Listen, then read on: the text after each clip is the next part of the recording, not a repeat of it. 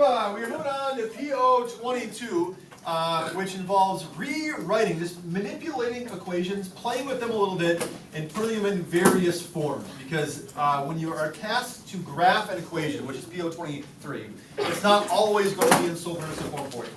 There's other forms you can write linear equations in, and we're going to kind of explore that a little bit today.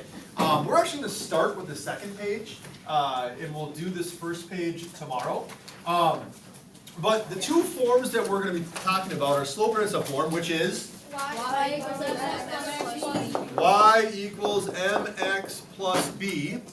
And we're going to be comparing that to what's called standard form. And the standard form of a linear function is ax plus by equals c.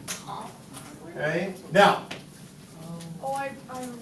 yeah, you've worked with this a little bit before. If you come in hating it, I advise you to keep an open mind because you are a year older, a year wiser, and maybe it'll make sense this time around. But first of all, notice that both forms of the equation, they both contain an x and they both contain a y.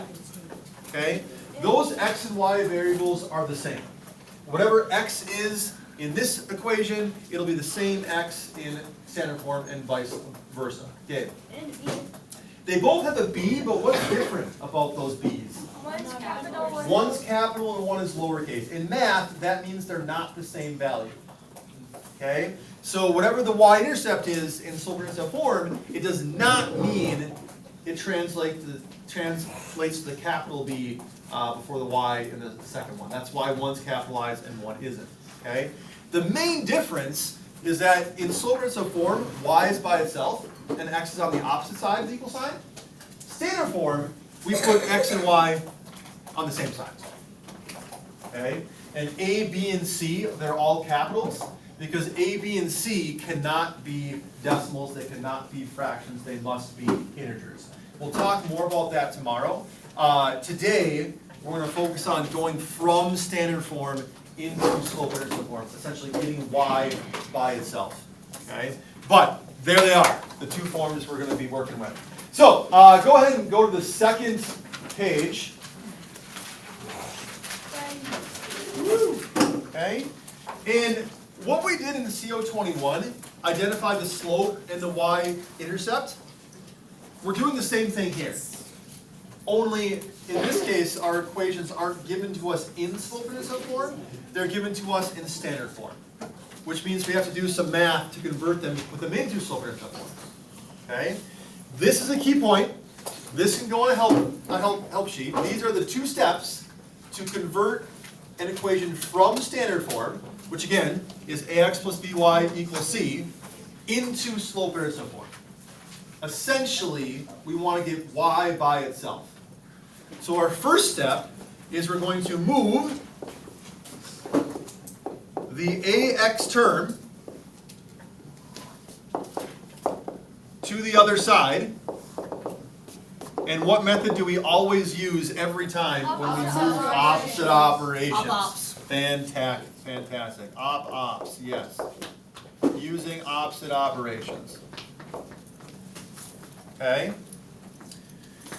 Our first step is to move that ax term to the other side using opposite operations. So let's do that on the first one there. 6x plus 2y equals 14. We want to move that ax term, move this 6x over to the other side. Since it's positive here, what are we going to have to do?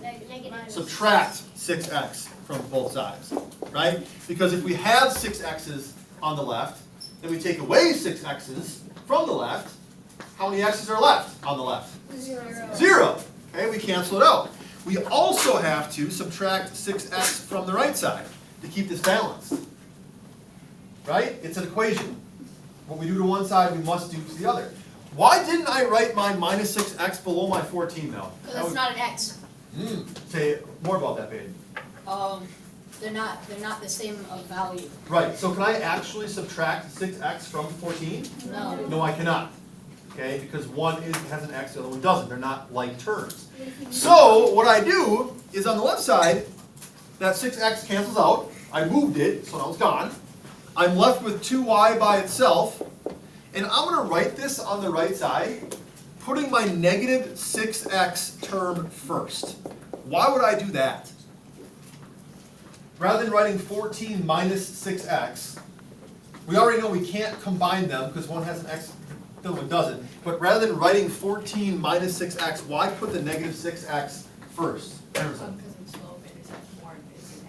Because we're eventually getting to this.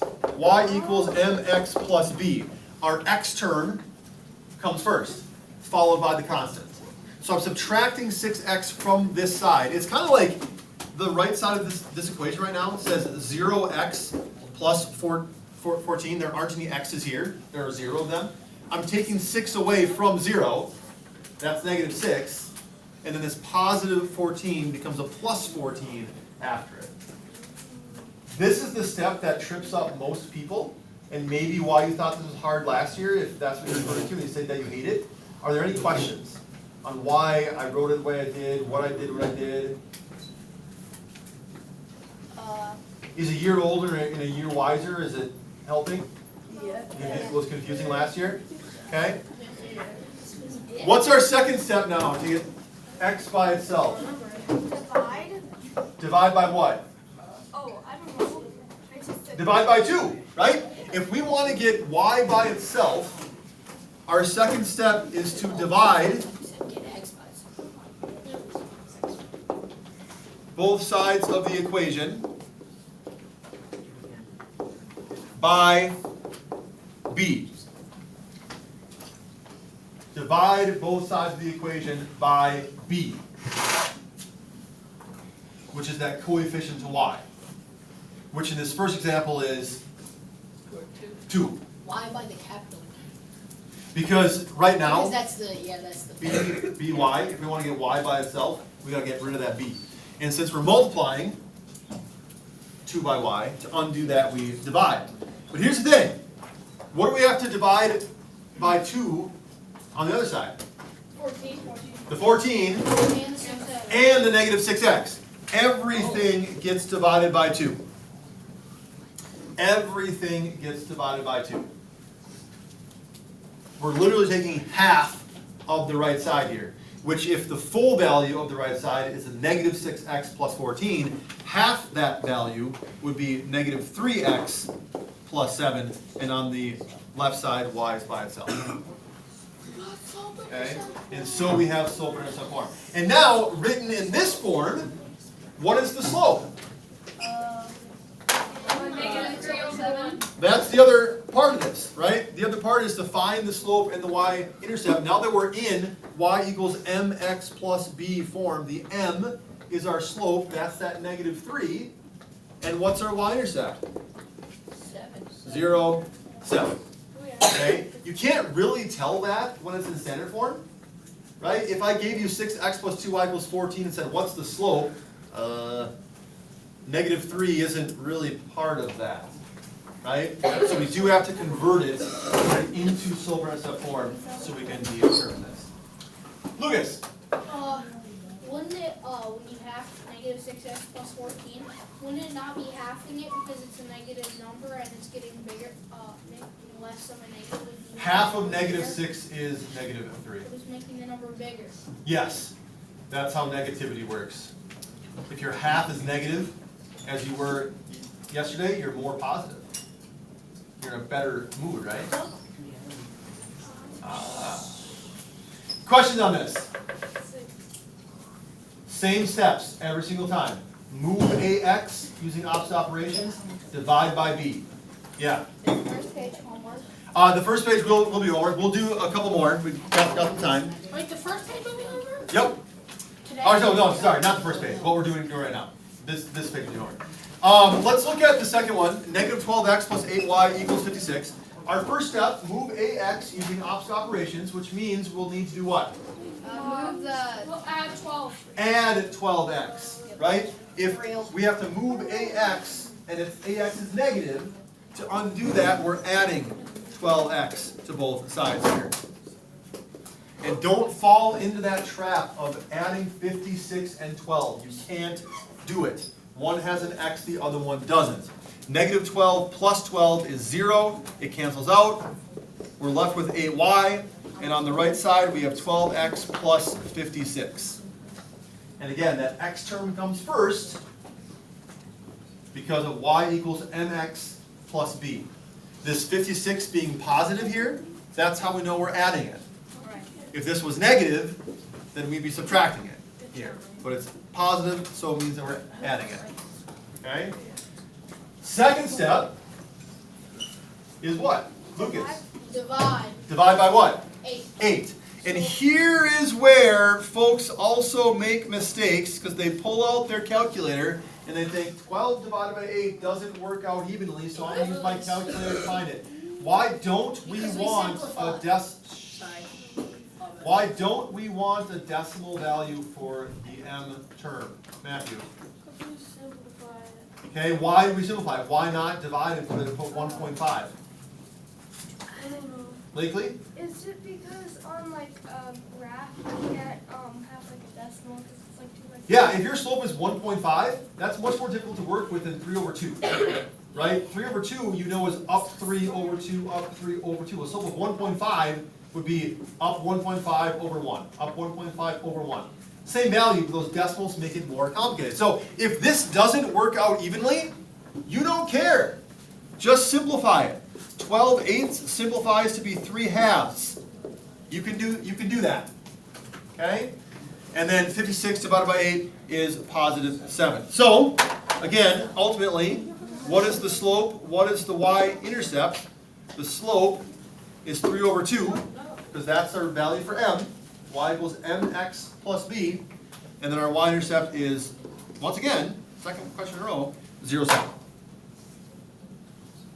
Okay. Questions on I got this? it right. Good. Hey, Good. I have a question. I know. Are we gonna do the next one? 'Cause We are. It's a negative. We are. Yep, we're doing the next one. Okay. Next one. Same 2 steps. Start by moving that ax term over using opposite operations. What are we going to do lately? Oh, I have like the equation for. The final answer? No. I have a final answer. I have the What do you- answer. Look, I have the final answer, but. I have the final Oh, answer. yeah, let's not quite get there yet. We don't want to skip that. What would our first step be, Fiona? What did you do first? Oh, I subtracted the 4x. Lovely. Subtract 4x from both sides because that's opposite operations. Move this over. And you are left with a negative y over here. Okay? That negative sign, that subtraction sign, belongs to the y. So it's negative y left on the left, and then negative 4x minus 3 on the right. This time, this is negative here because it was negative in the original equation. So we're subtracting that 3. Okay? Are we done? No. No. What do we need to divide by here? Lately, what did you divide by? Why? Can't divide by y, because we have to divide by the b, Olivia. Not 1, Negative 1. negative 1, right? It's not written, folks, it's not written, but before this y is a negative 1. That's what that negative sign means. So the coefficient to this, what we divide by negative 1. We also have to divide everything on the other side by negative 1. All that really happens is it flips all of our signs, but that's required. Y is now by itself. Negative 4 divided by negative 1 is a positive 4, and negative 3 divided by negative 1 is a positive 3. So there we have it in the slope-intercept form. Okay? And so, once again, finally, our last job here, our slope is 4, our y-intercept is 0, 3. Questions on this? I promise, same 2 steps every time. There's no tricks. There's no like next level stuff. When you have an equation in standard form, move the ax over, divide by b. That's it.